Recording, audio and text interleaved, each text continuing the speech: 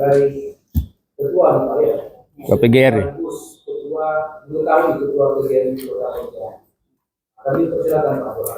Yang lain kita sambil menyimak semua ya. Silakan Pak Burhan. Makasih Pak Mansur. Bismillahirrahmanirrahim. Assalamualaikum warahmatullahi wabarakatuh.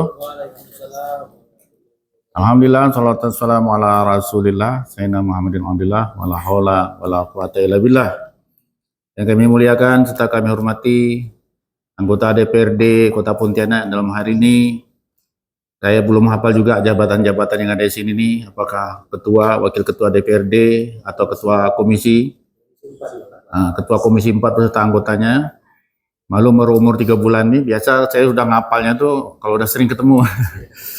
Alhamdulillah kami ucapkan selamat Pak, Bapak Ibu yang telah berhasil untuk masuk ke anggota DPRD ini, betapa sulitnya. Secara khusus sahabat saya Pak Mansur, saya ucapkan selamat untuk yang ketiga kalinya ya. Yang keempat ya Pak ya. Yang keempat, mudah-mudahan istrinya tak usah nambah-nambah lagi Pak. Ini kawan saya nih. Cukup satu. Dan yang kami hormati teman-teman guru berstatus P dan juga dari Ormas PMI dan Komite Olahraga. Pormi. Ya, terima kasih. Yang pertama-tama juga kami ucapkan salam hormat kami pada teman-teman berstatus P. Jadi sedikit kami sampaikan pengantar saja Pak ya. Nanti secara spesifik teman-teman berstatus P ini akan menyampaikannya. PGRI adalah organisasi perjuangan. Jadi PK, ada PP, ada PB. Pengurus besar di Jakarta, PGRI namanya PB PGRI. Kemudian pengurus provinsi disingkat PP PGRI, Provinsi Kalimantan Barat. Kalau di Kota Pontianak, Kabupaten disingkat PK PGRI Pontianak. Pengurus Kota PGRI Pontianak. PGRI ini menaungi seluruh anggota guru, seluruh guru negeri maupun swasta, honorer maupun ASN. Tentunya tugas PGRI adalah yang pertama melindungi hak-hak guru, yang kedua adalah memperjuangkan nasib guru di dua garis besarnya. Yang ketiganya secara internal meningkatkan kualitas mutu guru. Dalam dua hal, yang pertama meningkatkan kesejahteraan dan perlindungan. Nah, mengeluh kepada kami ini, ingin audisi kepada kami di bulan September yang lalu, teman-teman guru status P ini menyampaikan hal-hal ini gitu. Lalu dengan betul mereka ini melangkah mencari orang-orang yang berpengalaman, istilahnya organisasi induk, bagaimana Pak nasib kami ini? Oke, saya bilang buat surat, ajukan ke DPRD, ke pemerintah kota, dan alhamdulillah kami sangat bangga dengan anggota DPRD dan di bawah komisi berapa Pak? Komisi 4 ini yang mengakomodir adik-adik kami ini, sehingga mudah-mudahan bapak-bapak, ibu-ibu sehat-sehat semuanya. Dan beginilah yang kami harapkan di masa yang akan datang. Jangankan dia bisa berdialog, duduk di sini dapat kopi, dapat kue, ini udah kebanggaan bagi teman-teman nanti. Ya foto-foto, selfie dan sampai ke teman-teman yang lain. Itulah terima kasih kami. Untuk selanjutnya, saya sih sudah mendapatkan laporan secara khusus. Tapi lebih baiknya mereka yang menyampaikan. Yang pertama ada 3, silakan saja kesempatan ini sampaikan cara estafet ya, 1, 2, 3 dalam waktu singkat-singkatnya, silakan. Dari pertama. Kalau bisa dirangkum 1 orang 1 titik. Oke. Sama wakilnya siapa? Ya. Oke. Ini. Silakan. Langsung ya, langsung 1. Terima kasih. Bang, tolong catat Pak masalahnya Bang. Ini masalah guru ini penting. Bismillahirrahmanirrahim. Assalamualaikum warahmatullahi wabarakatuh. Dekat.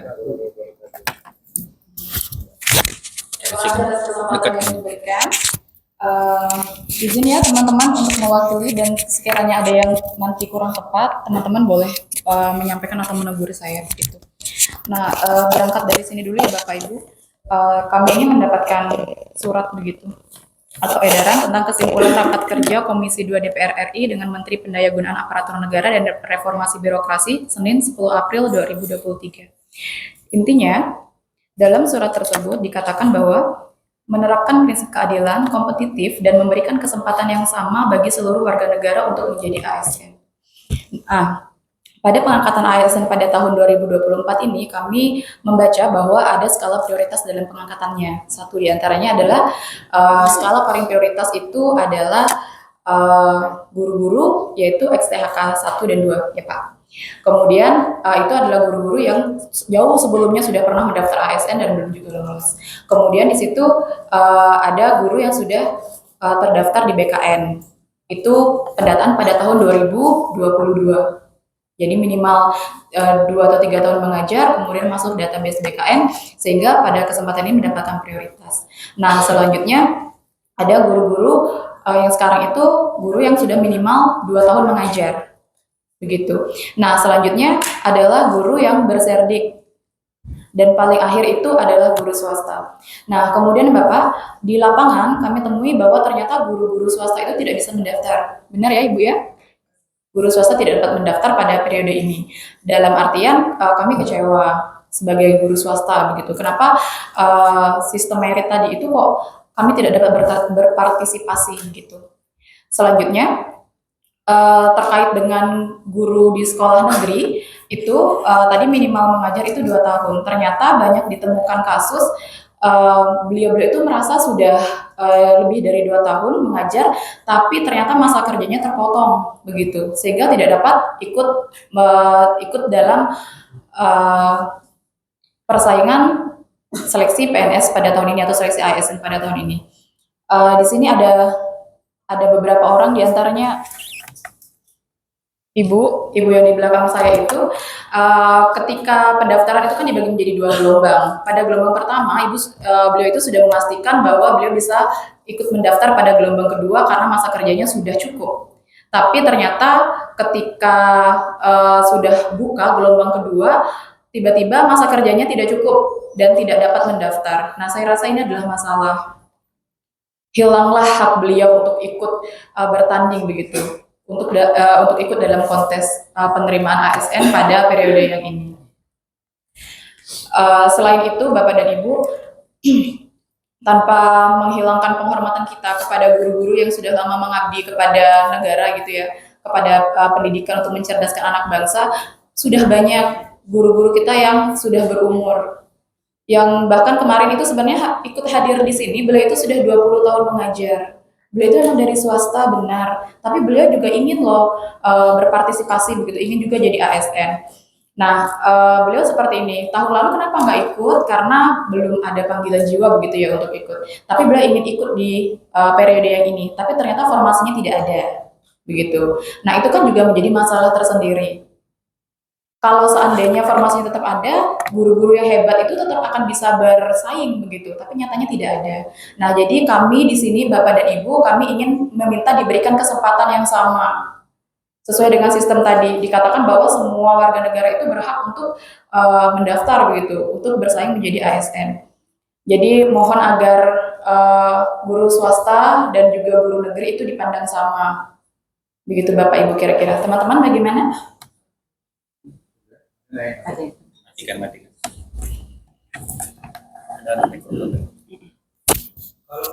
Kalau apa namanya masalah sama mungkin kalau yang lain. Beda. Yang pesan Ini masalah tadi kan yang untuk berstatus P, Pak. Nah, jadi saya sampaikan di sini bahwa kami yang berstatus P Status P itu apa? waktu di tahun 2023 itu, Pak, kategori lulus itu terbagi menjadi 3. Yang pertama, PL itu tidak lulus.